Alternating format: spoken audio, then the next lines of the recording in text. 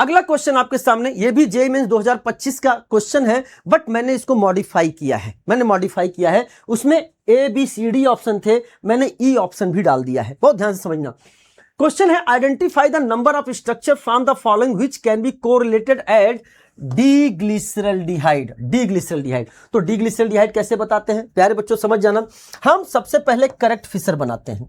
Correct Fisher क्या कहता है कि CHO जो आपके सामने मोस्ट ऑक्सीडाइज ग्रुप होता है उसको हम लोग टॉप पर रखते हैं, CHO हो गया।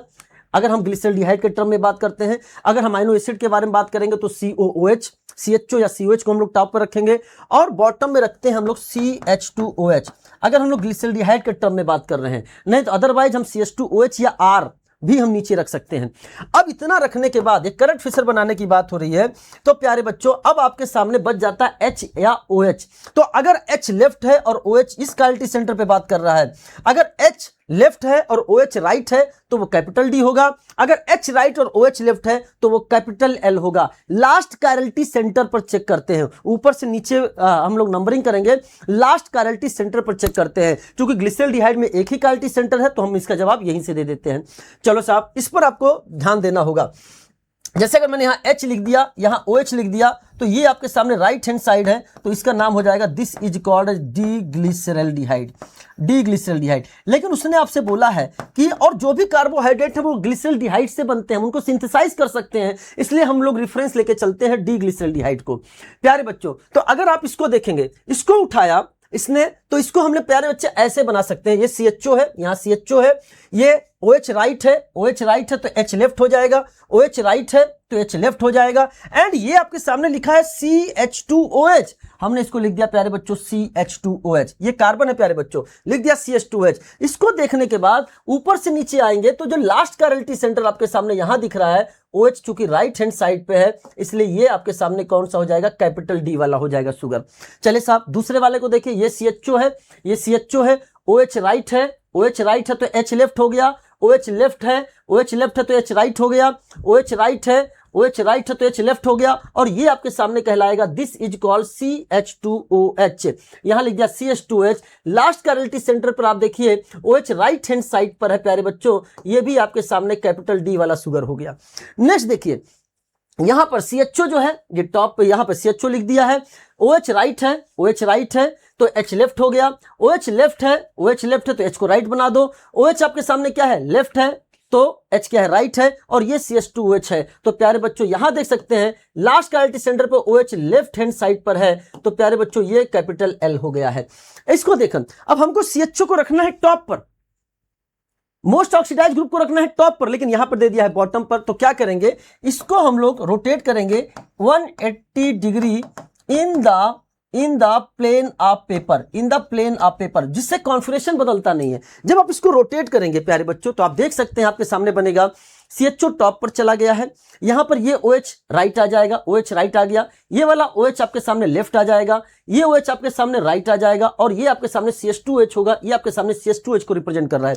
तो यहां पर देख सकते हैं कि सिंपल देख सकते हैं कि ये OH आपके सामने क्या राइट हैंड साइड है, तो ये आपके सामने कैपिटल D है। आप यहां से भी डायरेक्ट जवाब दे सकते थे, सीधे आप देखेंगे, आपको बस कंफ्यूज नहीं होना है। यहां देखो लास्ट काइनेटिक सेंटर आपके सामने ये वाला होगा, तो OH राइट हैंड साइड है, capital D। Last kinetic centre ये वाला होगा, OH राइट हैंड साइड है, कैपिटल D। ये तो CH2OH बना रहा है।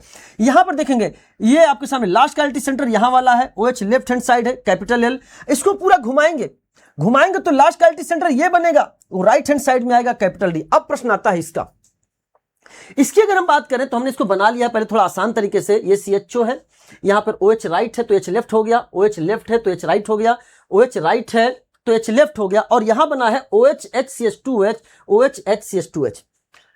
करेक्ट फिशर कहता है कि CHO को टॉप पर रहना है, CH2OH को बॉटम में रहना है। तो कोई एक ऐसा रूल लगाओ जिससे कॉन्फिगरेशन ना बदले और आसानी से हम उसको इंटरचेंज कर सकते हैं ग्रुप में। तो एक रूल होता है जिसका नाम मैंने दिया है मास्टर रूल। अगर एक ही काइनेटिक सेंटर पर तीन ग्रुप को क्लॉकवाइज एंटी क्लॉकवाइज घुमाओ तो कॉन्फिगरेशन बदलता नहीं।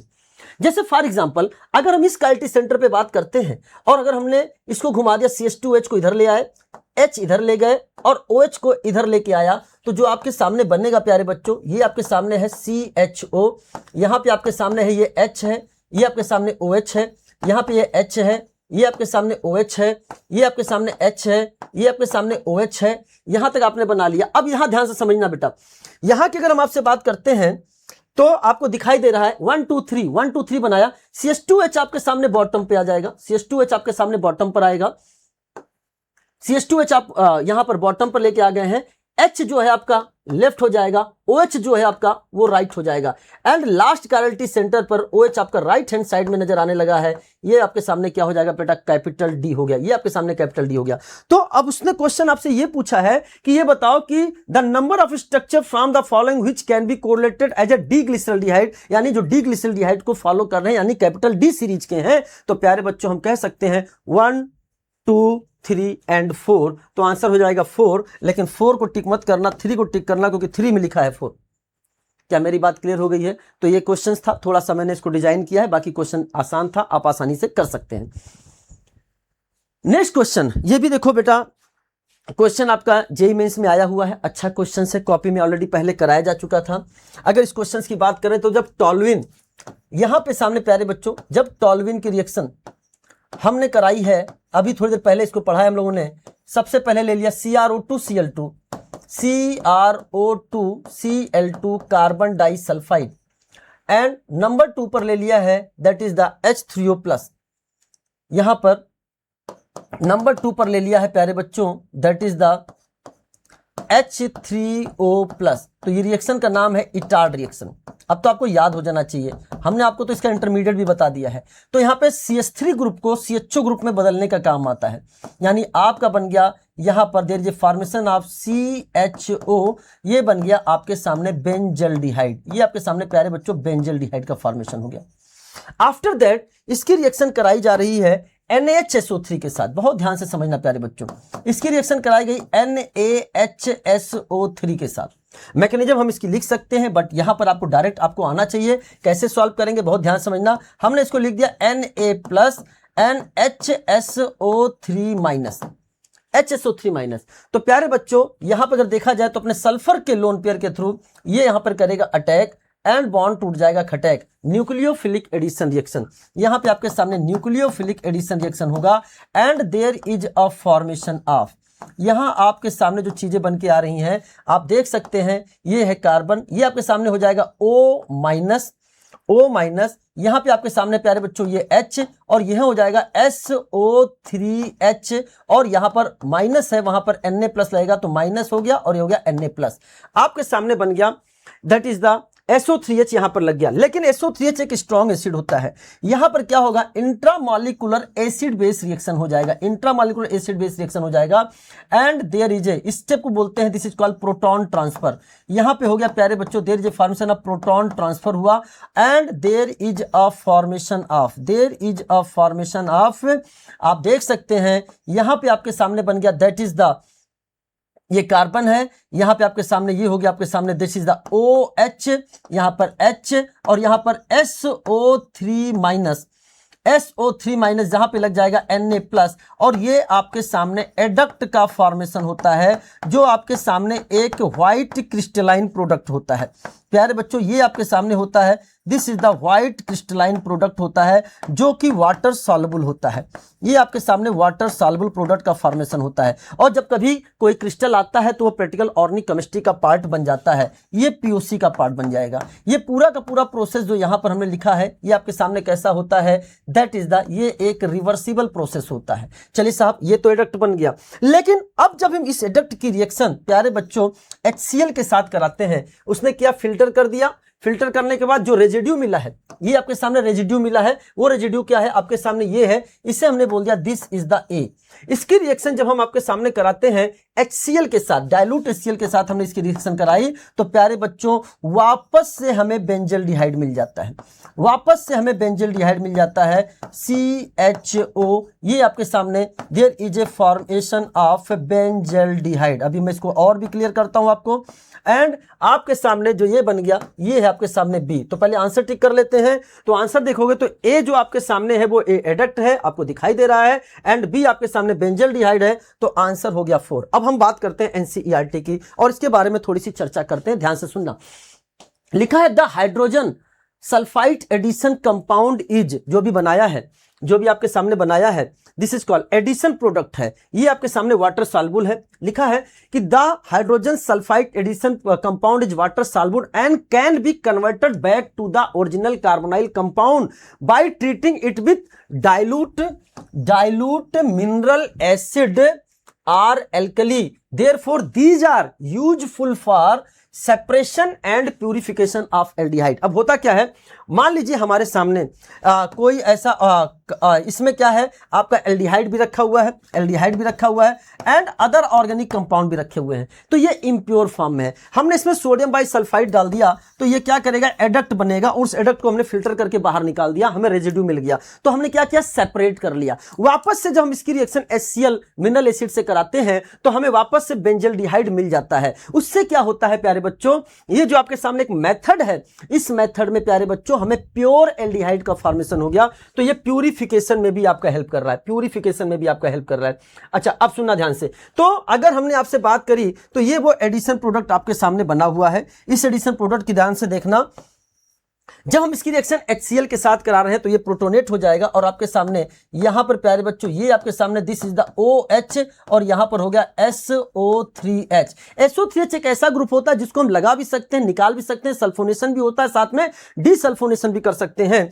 अच्छा लिविंग ग्रुप होता भी है। तो प्यारे बच्चों यहां से अगर आप देखोगे तो ये अपना बॉन्ड बनाएगा और इस लिविंग ग्रुप को बाहर निकाल देगा। Now there is a formation, carbon double bond oxygen यहां पे नजर आ गया। उसके बाद प्यारे बच्चों यहां से SO2 अलग हो गया, यहां से HNOH करके वाटर निकल जाएगा, अलग हो जाएगा, और यहां से प्यारे बच्चों जो आपके सामने Na+ था और Cl- NaCl अलग हो जाएगा। ठीक है ना, मैंने यहां डायरेक्ट लिखा है बट इसकी मैकेनिज्म भी लिखी जा सकती है। अगर आपने एल्कलाइन मीडियम लिया, क्योंकि उसने लिखा है एल्कली भी, और ये क्वेश्चन प्यारे बच्चों देखो एग्जाम में आया हुआ है क्वेश्चन, बहुत प्यारा क्वेश्चन है, कॉपी में ऑलरेडी पहले कराया गया था ये सब कुछ। NaOH की अगर हम यहां लेते हैं तो अगर प्यारे बच्चों ध्यान से देख सकते हैं, एसिड बेस रिएक्शन करके इसको बना देगा O- और यहां पर आपके सामने SO3Na, और एक अकेला O- दुनिया के सारे ग्रुप को लात मार के बाहर फेंक सकता है एक्सेप्ट RH। ये अपने बॉन्ड को करेगा और इसको बाहर निकाल देगा। यहां से आपका प्योर कार्बोनाइल कंपाउंड बन गया। एंड देखिए बेटा, यहां OH- H+ के साथ रिएक्शन करके यहां पे वाटर निकाल दिया, और यहां पर Na+, Na2 और आपके सामने यहां पर SO3, ये आपके सामने फॉर्मेशन हो गया। तो इस तरीके से आप देख सकते हैं कि चाहे Cl के साथ रिएक्शन करके, NaOH के साथ रिएक्शन करके हम प्योर कार्बोनाइल कंपाउंड वापस से प्राप्त कर दिए। तो प्यारे बच्चों ध्यान सुनना, useful for separation and purification of aldehyde. तो इस चीज को याद रखना, अच्छा क्वेश्चन है, अच्छी तरह से फ्रेम किया हुआ क्वेश्चन। चलिए साहब, नेक्स्ट क्वेश्चन है, the alkene from below having 2 secondary hydrogen. ऐसा एल्केन जिसमें 2 सेकेंडरी हाइड्रोजन हो। कितना प्यारा क्वेश्चन फ्रेम किया गया है ये भी, कि उसने पहले सबके आपसे स्ट्रक्चर बनवा लिए। भाई सबका स्ट्रक्चर बनाओ, फिर बताओ degree of carbon, degree of hydrogen, ये सब आप जानते हो कि नहीं जानते हो। तो उसने बोला है कि हमें बताना है जिसके पास हैविंग 2 सेकेंडरी हाइड्रोजन। कैसे पहचानोगे? 2 डिग्री कार्बन से जुड़ा हुआ हाइड्रोजन 2 डिग्री हाइड्रोजन कहलाता है। तो हमने जब इसका स्ट्रक्चर बनाया प्यारे बच्चों, तो आपके सामने है 4 इथाइल 3,4 डाइमिथाइल ऑक्टेन, जो कि ये रिप्रेजेंट कर रहा है, आप देख सकते हैं। 2,2,4,4 टेट्रामिथाइल हेक्सेन, इसको रिप्रेजेंट कर रहा है। 2,2,3,3 टेट्रामिथाइल पेंटेन, इसको रिप्रेजेंट कर रहा है। एंड 2,2,4,5 टेट्रामिथाइल हेप्टेन, इसको रिप्रेजेंट कर रहा है। मैं तो बना कर ले आया, एग्जाम में आपको बनाना पड़ेगा, तो इसकी अच्छी प्रैक्टिस भी आपके सामने होनी चाहिए। तो अगर आप देख सकते हैं तो आपके सामने जहां जहां 2 डिग्री कार्बन है, मैंने केवल उसको फोकस किया है। ये 2 degree 2 degree 2 degree 2 degree 2 degree, ये कैसा आपके सामने 1 डिग्री, ये आपके सामने कैसा होगा 4 डिग्री, ये आपके सामने 1 डिग्री, ये 1 डिग्री, ये 1 डिग्री, और ये भी क्या है 1 डिग्री, और ये क्या है आपके सामने 3 डिग्री। तो हमें केवल देखना है कि 2 डिग्री कार्बन कहां है, जिससे कि हम उसके हाइड्रोजन को फाइंड आउट कर लें। तो प्यारे बच्चों इसमें तो बहुत सारे 2 डिग्री हैं, देखा जाए 1 2 3 4 5, और हर 2 डिग्री से आपके सामने 2 हाइड्रोजन जुड़े हुए नजर आ रहे हैं। तो इसके पास तो 10 हैं।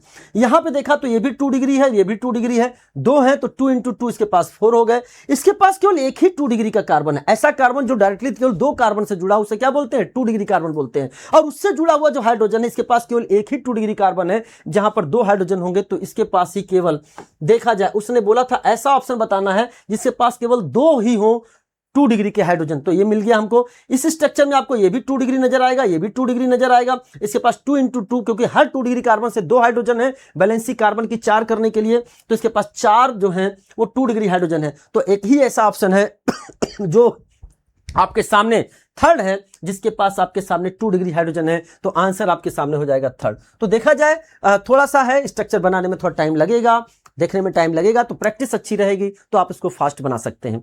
नाउ द नेक्स्ट क्वेश्चन, अच्छा क्वेश्चन था।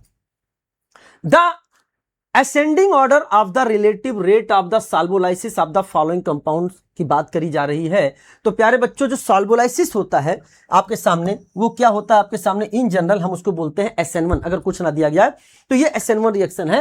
एंड प्यारे बच्चों, proportional to stability of carbocation intermediate. और अगर हम स्टेबिलिटी की बात करें तो जहां जहां हेलोजन है वहां हटाइए और कैटायन बनाइए। अगर कैटायन की बात करते हैं तो यहां पर कैटायन बनाकर देखें, यहां बने और यहां बने। जब हम इसको अरेंज करते हैं तो इससे जो कैटायन बन रहा है Br हटा के सामने, प्यारे बच्चों ये वाला कैटायन बनेगा। इस कैटायन की बात करें तो ये इधर से भी रेजोनेंस स्टेबलाइज्ड है और इधर से भी रेजोनेंस स्टेबलाइज्ड है। अगर हम यहां पर बात करते हैं कि आप यहां से क्या करो, Br हटा लो, यहां से Br माइनस हटा लो, ये हटा दिया और हर जगह हमने क्या बना दिया, कैटायन बना दिया। यहां का कैटायन बनाया तो ये रेजोनेंस स्टेबलाइज है, केवल एक तरफ से रेजोनेंस स्टेबलाइज है, बाकी इधर हाइपर कॉन्जुगेशन हो रहा है। अगर हमने प्यारे बच्चों यहां से किया तो ये आपके सामने बन जाएगा, आपके सामने कैटायन, और 3 यहां पर, 2 यहां पर, 3 2 5 और 2 7। देखा जाए इसके पास 7 अल्फा H है, हाइपर कॉन्जुगेशन स्टेबलाइज्ड है यहां पे। एंड अगर हमने यहां से Br हटा दिया तो यहां कैटायन बनेगा 3 यहां पर और 1 यहां पर, इसके पास 4 अल्फा H है।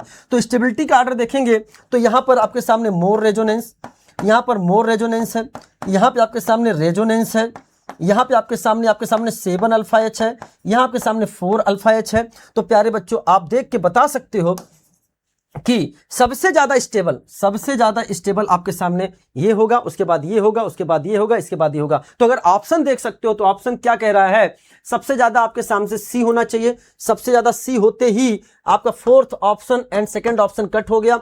C के बाद सीधे B होना चाहिए, C के बाद आपके सामने B हो गया। आंसर तो हमारा इतने में ही पता चल गया कि A होने वाला है, इसके कारण ये हमारे सामने कट हो गया। उसके बाद आपके सामने, आप फिर भी चेक कर लो, उसके बाद क्या आपके सामने आना चाहिए, A आना चाहिए, A आ गया, और उसके बाद आपके सामने D आना चाहिए। तो देखा जाए तो स्टेबिलिटी ऑफ कार्बोकैटायन का एक क्वेश्चन हो गया एक तरीके से।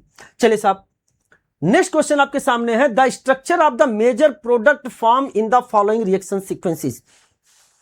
तो आपके सामने रिएक्शन AgCN के साथ कराया जा रहा है। अब बहुत ध्यान से समझना, अगर हम बात करते हैं हेलोजन की तो ये जो Br है, ये रेजोनेंस स्टेबलाइज है। ये जो I भी है ये भी आपके सामने रेजोनेंस स्टेबलाइज्ड है। कैसे भैया? बिकॉज ये sp2 कार्बन से जुड़ा हुआ है, और sp2 कार्बन से जुड़ा हुआ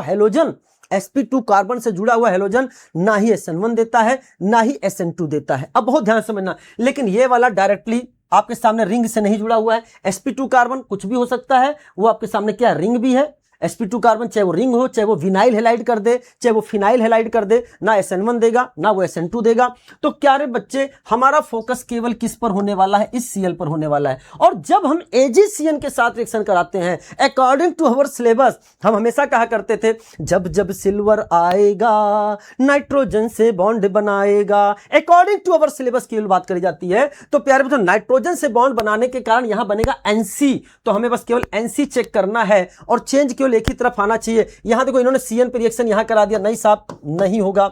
आप तो सीधे देख सकते हो, यहां पे देखिए प्यारे बच्चों, आपके सामने NC दिख गया तो आंसर हमारा सेकंड हो जाएगा, आंसर सेकंड हो जाएगा। यहां पर आपके सामने इन्होंने CN बना दिया, भाई CN नहीं NC करना है, और यहां पे आपके सामने रिएक्शन इन्होंने यहां पे करा दिया, ये भी नहीं होगा, तो आंसर हमारा हो जाएगा सेकंड। थोड़ा सा हम NCERT में जाना चाहेंगे।